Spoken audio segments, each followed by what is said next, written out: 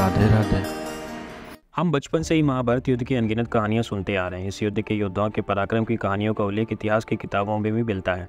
इनमें से भीष्म, द्रोणाचार्य, अर्जुन, कर्ण, भीम, दुर्योधन और अभिमन्यु समेत ऐसे योद्धा थे जिनका जिक्र इतिहास की किताबों में है। लेकिन इस युद्ध के कुछ ऐसे पात्र भी थे जिन्हें भुला दिया गया। महाभारत का एक ऐसा ही योद्धा भगदत्त भी था। चलिए जानते हैं आखिर कौन था वीर योद्धा भगदत्त जो अर्जुन को मारना चाहता था। भगदत्त प्राग ज्योतिषपुर के राजा नरकासुर का पुत्र था। भगदत्त हस्ती युद्ध में अत्यंत कुशल माना जाता था। उसके पास शक्ति अस्त्र और वैष्णव अस्त्र जैसे दिव्यास्त्र थे। कृतज्ञ और वज्रदत्त नामक इसके दो पुत्र थे। इनमें से कृतज्ञ की मृत्यु नकुल के हाथों हुई, जबकि वज्रदत्त अर्जुन से पराजित हुआ था। इसलिए भगदत्त और अर्जुन एक दूसरे के दुश्मन बन गए। महाभारत युद्ध के समय भगदत्त की उम्र कर्ण और अर्जुन समेत अन्य सभी योद्धाओं से काफ़ी अधिक थी। बावजूद इसके उसने भीम, अभिमन्यु और सात्यकी जैसे योद्धाओं को पराजित किया था। द्रोण पर्व के 24वें अध्याय में वर्णन मिलता है कि अभिमन्यु समेत कई योद्धाओं ने भगदत्त पर एक साथ आक्रमण कर दिया था। बावजूद इसके भगदत्त के पराक्रम के आगे सभी ने घुटने टेक दिए। कुरुक्षेत्र के युद्ध में कौरव सेना की ओर से लड़ने वाले भगदत्त के पास सौप्तिक नामक एक विशालकाय हाथी था, जिसकी मदद से उसने भीम सहित कई बड़े योद्धाओं को परास्त किया था। द्रोण पर्व के 27वें अध्याय में बताया गया है कि कुरुक्षेत्र युद्ध के 12वें दिन भगदत्त का सामना अर्जुन से हुआ था। इस दौरान इन दोनों योद्धाओं के मध्य भयंकर युद्ध हुआ।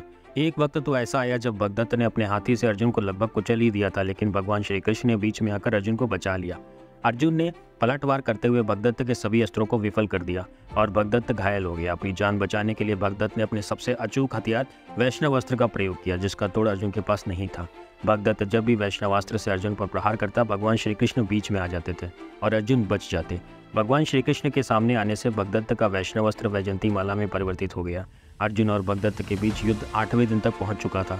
भगदत्त का प्रिय अस्त्र नष्ट हो जाने के बाद भगवान कृष्ण ने अर्जुन से कहा कि अब वो भगदत्त पर प्रहार कर उसका अंत कर सकते हैं। इसके बाद अर्जुन ने सबसे पहले भगदत्त के सुप्रतीक नाम के पराक्रमी हाथी पर नाराज अस्त्र से प्रहार किया। अर्जुन का ये प्रहार इतना तीव्र था कि बाण हाथी के कुंभस्थल में पंख समेत प्रवेश कर गया और गजराज ने वहीं पर अपने प्राण त्याग दिए। भगवान कृष्ण ने अर्जुन को सलाह देते हुए कहा कि भगदत्त की आयु बहुत अधिक है, झुर्रियों के कारण उसकी पलकें झुकी रहती हैं और उसके नेत्र बंद रहते हैं। इसलिए उसने अपने नेत्रों को खुला रखने के लिए अपने मस्तक पर पट्टी बांध रखी है। श्री कृष्ण की सलाह मानते हुए अर्जुन ने सबसे पहले भगदत्त के मस्तक पर बंधी पट्टी पर ही तीर मारा। परिणाम स्वरूप भगदत्त के मस्तक की पट्टी नष्ट होने से उसके नेत्र बंद हो गए और उसकी आंखों के सामने अंधेरा छा गया। इस दौरान अर्जुन ने मौका पाकर भगदत्त का वध कर दिया। आज का हमारा यह वीडियो आपको कैसा लगा हमें कमेंट करके बताएं। साथ ही चैनल को सब्सक्राइब करना ना भूलें।